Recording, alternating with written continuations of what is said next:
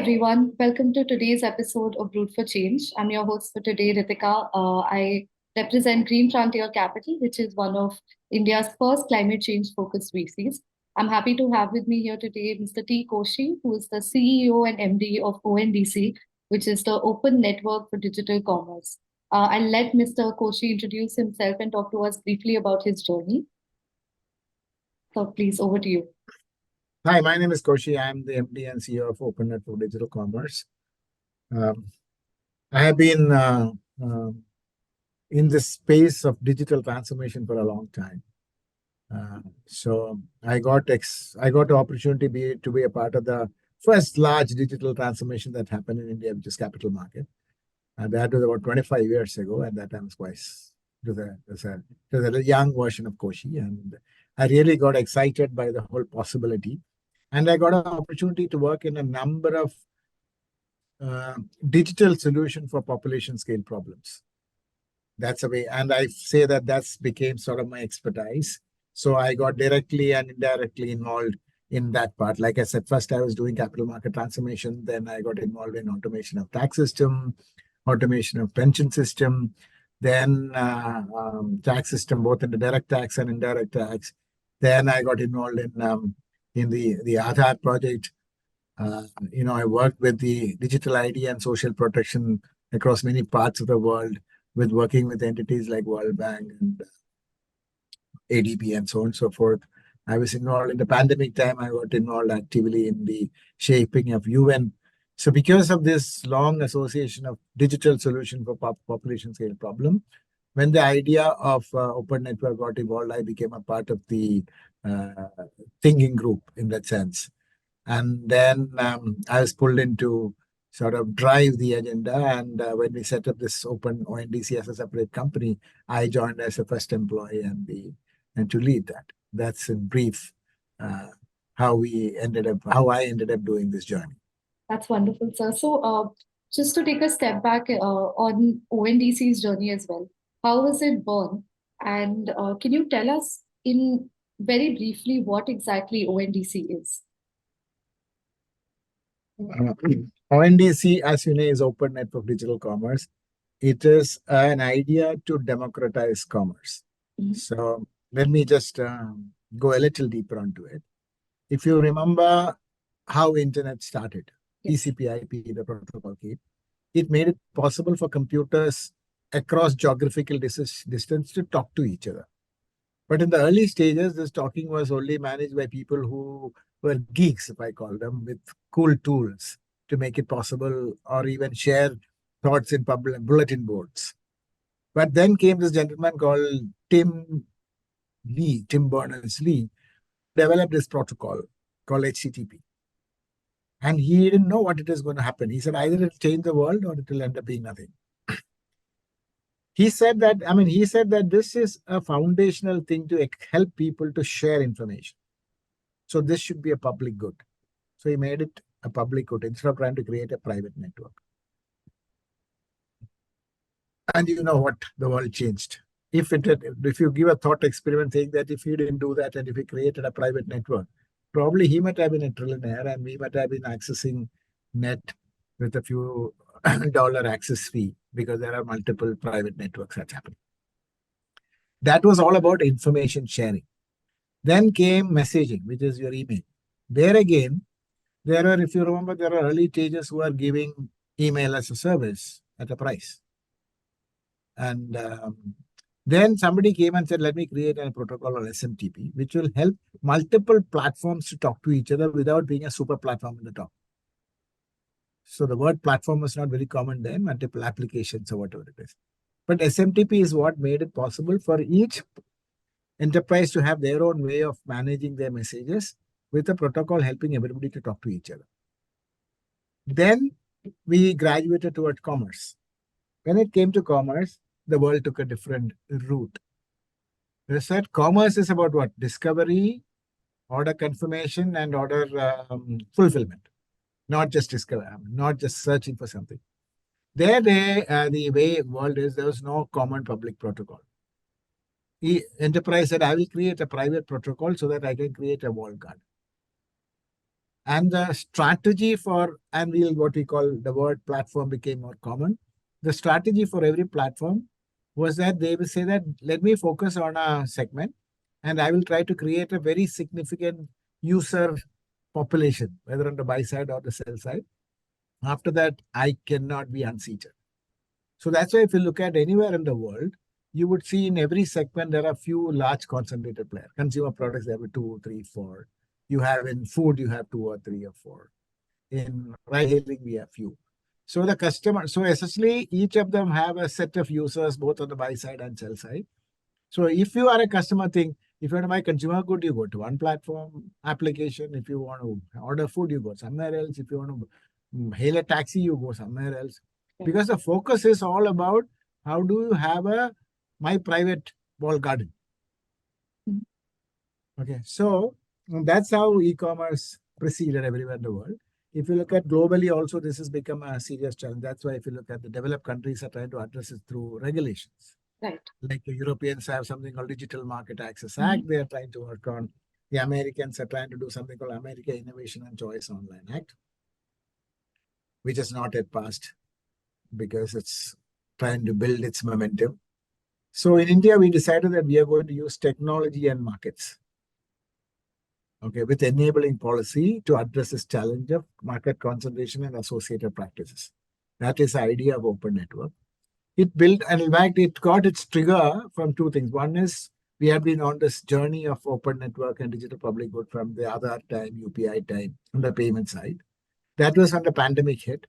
So that time, DPIT and the Ministry of Commerce thought that can we think about the problem of access? Can we think about another super platform or a super app? Then says that India, then they sat together, brought the people from the ministry, secretary, the additional secretary was there, Anil Agarwal, all of them came together and said, let us try to get some broader discussion among this idea. So they brought in people like R.S. Sharma, Nandan Nilekani, Adil Zainul Bai, and so on and so forth. They said, hey, in any business, there are two sides, money on one side and goods on the other side, goods and service. We have cracked money one side as UPI. Can't we Right. take the same idea in the other side and create an open network? So that's when they pulled in people like us to help to shape the idea. So the government, and it sort of merged well with the PM's vision of digital India. The Ministry of Commerce was fully believed in it. The minister put his weight behind. And a large cross section of players came together, banks and financial institutions said, yeah, this is a fantastic utility on the ground. So we will help to create an independent private company who will work with the flexibility and agility that is needed, but under the with a not a profit maximization agenda, but with a utility service agenda. And that's how we started in the last 1.5, 2 years time. That's amazing, sir. So, is it safe to say that nothing like ONDC exists in the world as of now? It is very safe, yes. So we are all so used to in India earlier, some 5, 10 years ago, we say, oh, this has come from America, this has come Yeah. from Europe, because we always believed in copy paste. But we can make something, many things unique. And we have done that in a couple of places. Like, for example, UPI was Correct. unique. Yeah. If you look at, I don't even know whether you even remember, we did something as unique in few years ago. I'm sure you get a tax statement called 26AS. Yes. That is now, you won't see something like that anywhere in the world. Nobody expected that we could pull it off. So we have shown that we can be leaders in the digital world. Absolutely. So there are a lot of myths and confusions about ONDC. So I thought maybe we can just take some time to focus on each of these questions that you have obviously often answered in the past as well. For this audience specifically, I'll just go one by one with the myths that I have personally heard about ONDC. Number one is ONDC a platform? Can a user download it as a mobile application? ONDC is not a platform, it's a network. So it helps multiple platforms to link together. Now, let's say whether you're a user could be on the buy side or on the sell side. Right. So let's assume that you're thinking like a buyer. Mhm. Okay.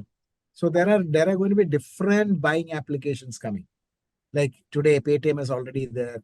PhonePe came out with something called PIN code, which is exclusively for that. If you go to Ola, you would see ONDC food because he said, let Yes. me also help people to buy food while they're riding. You will see Spice Money, you will see a variety of such buying applications. There are 8, 10 of them, depending upon which segment you're looking. In mobility, you have Namayatri, you have Yari. So there are, and for example, if you go to Paytm, you can either order food or you can buy consumer goods. And I understand they're going to even add ride hailing to soon. So it's a question of the way I would say is different buying application will come and say that I will help my kind of customers to buy what is relevant for them because Right. I don't have to go and tie up with every seller. Sellers are all there anyway. If you ask me, are they all there today? The answer is no. It will take some time. Last year, we started January, we had 1,000 merchants. Not even 1,000, some 500, 600 merchants. That's when we opened it to Bangalore, few pin codes. Today, we have about 3.5 lakh merchants and growing day by day. So probably by next year, you'll see 10 times growth of these numbers. The way it is like, it is the beauty is there going to be practically every seller will say, let me be in this network. Yes. If I'm big enough, I will make my own, you know, like everybody has a web page. You remember 10, maybe 20 years ago, web page was a very, very rare thing. Only cool companies and cool people could have. Today, everybody has a web page. So it will become as common like that in the maybe 5 to 7 years' time. Absolutely. So then question number two is, does ONDC store customer data? Absolutely no. How is that? See, it's again because you think we are a platform, you're not a platform. Like I said, buying application, you go there and buy it. So since you trust that buying application, you give your data. It will, when I go to, let's say, buying application Paytm and say, I want to buy a shirt, he will broadcast to the network that I have a client who's interested in the shirt. He's not going to say Koshy is looking for a shirt. Right. So there will be different people who want to give an offer. There's no compulsion for any seller. If that seller believes that this is an interesting possibility, he will respond. And then let's say that I decide to do that from Gupta stores. Now Gupta store is me will come into a digitally signed transaction through Paytm. Then he needs to know who is his client. It is his right. It is his client. So he will know Koshy, his address, his phone number, everything. So only data is available only on need to know basis, and they are so you have the right to uh, choose whom you deal with. No central place where all the data get consolidated at all.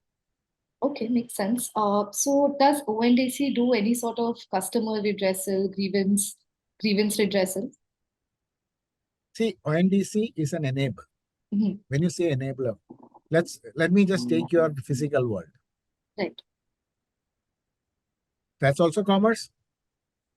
Let's say you went to Shoppers Shops and bought something. Right. Okay.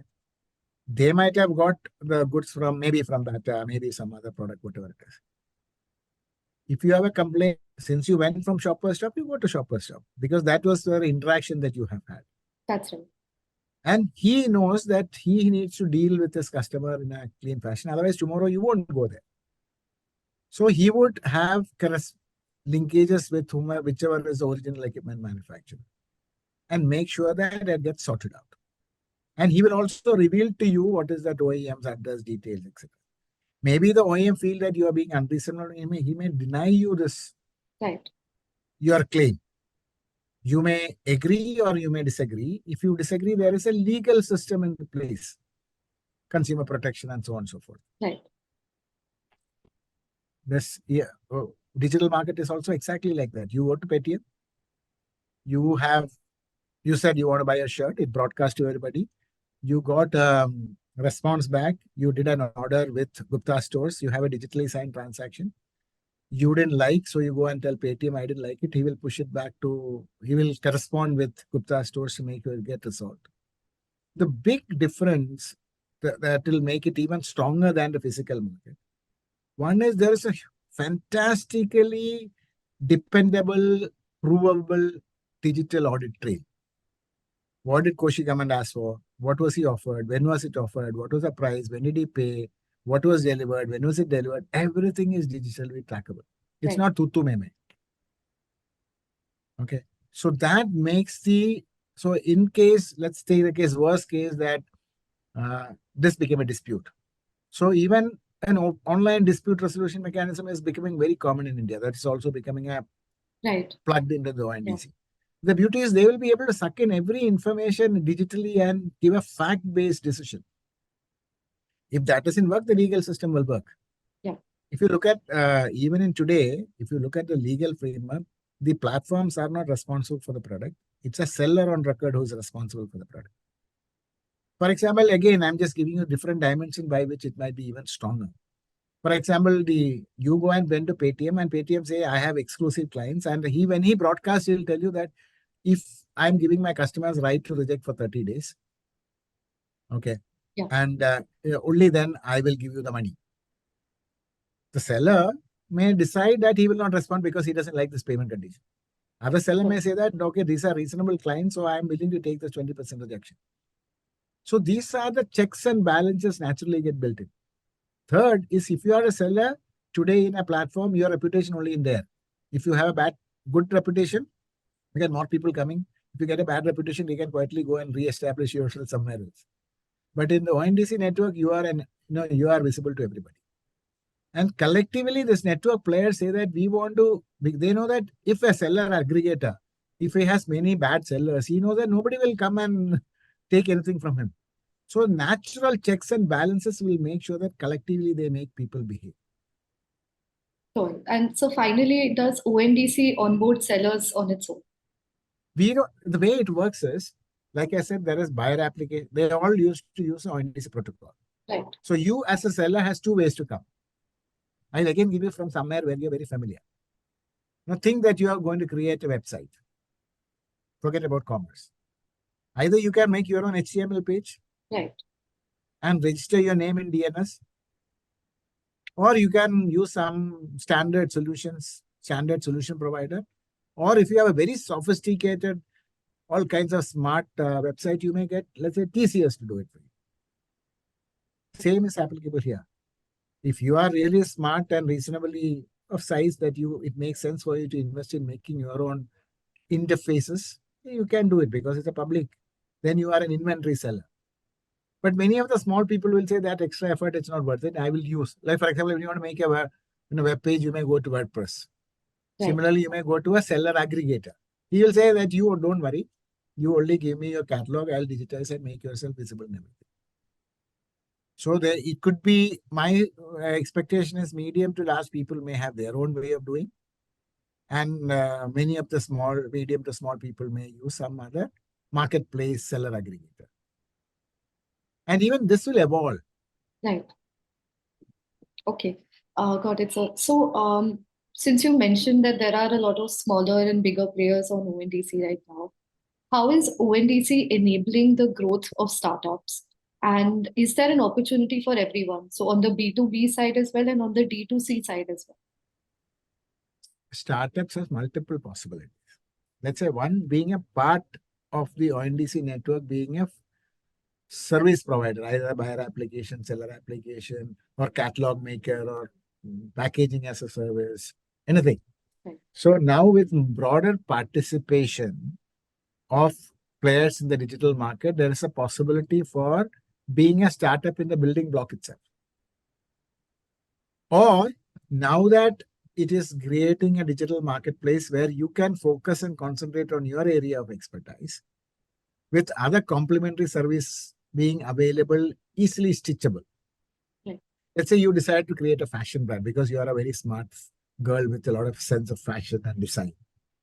But you don't know how to do logistics. You are not so big that delivery will come and sign up an exclusive deal with you. Right.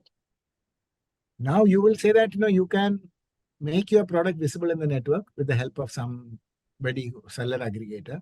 And when you want to have a delivery from Bombay to Cochin, you can on the network buy a delivery as a service. Okay, so which means that there is a humongous support being given for market access for small and medium enterprises in this digital marketplace. That itself is throwing open humongous amount of possibilities. So either you can participate as a player in the network or a component provider in the network, or come with really smart ideas focusing on your areas of strength. Right. and finding everything else easily stitchable to make it a holistic solution to the end consumer. That's why we actively work with Ministry of Small and Medium Enterprises, philanthropic organization, venture capital people, all of them, to tell them that this is a new area. Come, participate, take the opportunity, describe the opportunity, and take an early be an early adopter or late adopter, as the case may be. But this is throwing open humongous possibilities. Absolutely. So I think you touched upon a little bit of my next question as well, which is commercially, how does ONDC make sense for a startup? If you could draw a comparison with a non-ONDC strategy, if they had one. Two things. One is, like I said, if you're going to create, like I said, when the California gold rush came, one is some people went to Church of Gold, some people made jeans, they became Levi's jeans, or they gave Yes. shovels. Okay, you decide whether you want to be a shovel maker. There's a lot of people who will need shovels. There are a lot of people who will need building blocks. There are a lot of people who will need catalog to be built. A lot of people who will packaging services. Okay, so because your possible the size of the market is increasing with each building blocks of commerce, or like I said, you're suddenly getting a better possibility to have a larger market access. If I just give you an example of some farmer producer organization, they said that earlier we used to sell around our place. Now we just publish our products. In fact, the other day we said some FPO from Jammu Kashmir said that I have very specialized honey. And I didn't even know these things about honey, only when I looked at it. And now, as per the FSSI rule, honey can have up to 25% of corn syrup. Okay. I didn't know that. And everybody sells that way. So everybody, most of the honey available is, corn syrup added 20%, 25%. This gentleman come and say, no, I believe in very specialized organic honey. I don't have tons available. I have quintals available. I'm making it available. So suddenly his visibility is not just in Jammu, but his visibility is in Bombay, is in Delhi. He started selling. So that's why I said, if you have a smart ad, it is not that ONDC will guarantee you any sales. Right. ONDC will give a market access. You need to build your brand. You need to use social media or whatever that you have to create interest. Right. But ONDC will give you market access. ONDC will give you complementary product easily stitched together so that you can make an offering to a larger cross section. Absolutely. So basically, ONDC opens up a market that didn't exist for you before this. Yeah. Absolutely. Or existed, but you just didn't have the potential to tap into that market. You wouldn't have the access to that. Correct. That's right. Okay, understood. So, since you mentioned earlier that VCs should also actually be interested in ONDC, since we're also a venture capital firm, why is it that VCs should actually look into ONDC? I would say multiple reasons. One is that as a VC, you might have already invested. Some companies. You should go and ask everybody what is your ONDC strategy and see, are they going to do the strategy? If they don't have one, are they going to succeed or fail? Okay. So that is one reason. Second thing is you will see a lot of innovation happening. Do you want to invest there? That's the second question. So you may see, like I said, either in building blocks or being service provider. Right. Or you may also look at that with this enhanced market access, probably some ideas which you thought was not good enough because the market is too small, suddenly becoming feasible. Right. So it is like a new opportunity. It is like a new lever that was not there. The lever could be to enhance access, enhance the market, enhance and to sort of new product options and so on and so forth. So, it is suddenly giving you a completely new possibility that was never there. Right, makes sense. So, since we're also a climate-focused VC, I want to understand from you what ONDC is doing about sustainability. How is it that you're enabling different sectors, maybe electric mobility or circularity? See, let's try to look at it in two ways. One is if you look at, we are an enabler of commerce. Right. But because of the new way of enablement, all these elements that you come will have a significant impetus because of ONDC. Let's take one by one. let's say that, I am, because a lot of new ideas come. For example, even in recycling. Mhm. Okay. Now, let's say I have an idea to make t-shirts out of PET bottles. Right. Okay. I do that. I have two questions. How do I sell and how do I buy? Makes sense. Okay. Now, if we publish that it is there, there are enough people now. A lot of people might be saying that I collect PET bottles, I can make it available. He only makes it visible and it's searchable and discoverable. So it, like we said about, it's a new business opportunity which is Right. giving market access, and that itself is huge potential. In fact, it could stimulate, give an impetus to this business coming up. Second thing is there could be new network. For example, like I said, ride hailing is a network. Right. Tomorrow there could be a network of recharging of batteries. If they can use this catalog, the protocol suitably adopted, so that they become a part of this larger network. So complementary service get built in. Right. So these are the way in which, and then the final thing is that then there will be people who will come and say, I'm going to give badges. For example, let's say you are a seller. He will say that, you can publish that you have an ESG badge. Suddenly, otherwise, probably European buyers are not going to buy from you. Right. So it makes sense you to get that badge and publish, because suddenly your market has expanded. Right. And now you have a competitive advantage because you have an ESG badge. No, ONDC is not giving. Somebody will be a badge provider. And that badge is giving you a better market access into Europe, which otherwise you wouldn't have had. You don't have to go around tell every buyer, because when they search, let's say somebody buying from Europe, eventually when this become, people start using it, they will just, when they say that I want to buy a t-shirt from India, okay, they can put a filter saying only with ESG badges. These kind of possibilities open up. So it sounds like the possibilities are truly endless because you can have everything from a provider to someone who's looking for something and then a verification model as well, like you said. Correct. Like I said, my dream is every product or service which is catalogable will make their product visible in the open network. Different buying application will come and help their kind of consumers to buy what is relevant for them. As like a complementary one cart. I may say that if I just give you an example, I'm just making it there. Somebody may create an application where I can go and book a holiday destination, okay, a hotel booking or a homestay,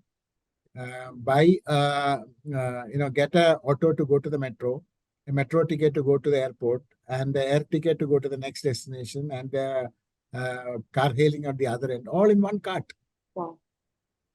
Because everybody is making their things visible. It's not that a buying application have linkage with the hotel and the car hailer and everything. He's only giving you the access. That is a possibility. So life for consumers will become really easy because in one go you get to do everything. Yeah. Wonderful.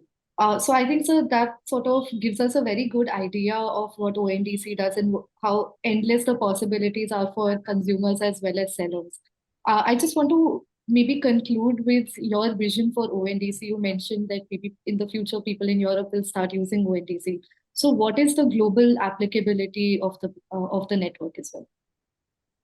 The global applicabilities, there could be international buying entities can become a part of the ONDC network and have access to Indian market. So we have already have some people attempting to do and demonstrating that it is possible. But it will take time to build up the penetration. So secondly, we believe that it's a public good. So like truly true to what we said, we have put it under Creative Commons non-derivative license. So any country want to take it and use it and adopt the idea, free to do. If they want their help, we will give, and then only we will ask. Otherwise, it's like it's a CCND. They have to only give credit to us. That's it. Super, sir. And on a more personal note, since we talked about your journey at the beginning, I'd like to end with that as well. Who are your role models who've actually inspired you to come to this point where you're leading India's first open network platform for digital commerce? I have a different way of looking. I don't have a role model who think is a perfect in the world. There's only one role model who's perfect is a God Almighty. So I believe in God. There's only one God that all of us give us different names. He has a larger vision for a sustainable universe. He does it much better than all of us. So then on different areas, I have respect. For example, I have respect for Mahatma Gandhi for his passion to get his independence. I have respect and I look up to Mother Teresa for the work that she is doing for the underprivileged. So I believe that we all have a role to play in giving back to a society to people who are not as privileged as. So I try to take lesson from there. I have a humongous amount of respect for our Prime Minister because he is the one who has been driving us, whipping us to think about being the front runners in the digital world, which is what I know well and which I think is giving us humongous advantage. So that's how I look at. I'm not looking at a personality role model. I'm looking at what they are demonstrating and what can we learn from them. That's a very interesting way of looking at this. I always get different interpretations to this question. I think I really like your interpretation here. Thank you so much for speaking with me today, sir. I hope that the audience takes away a lot from this and all the questions about ONDC are answered through this podcast. Thank you so much for taking out the time. It was a pleasure speaking with you. Thank you. All the best.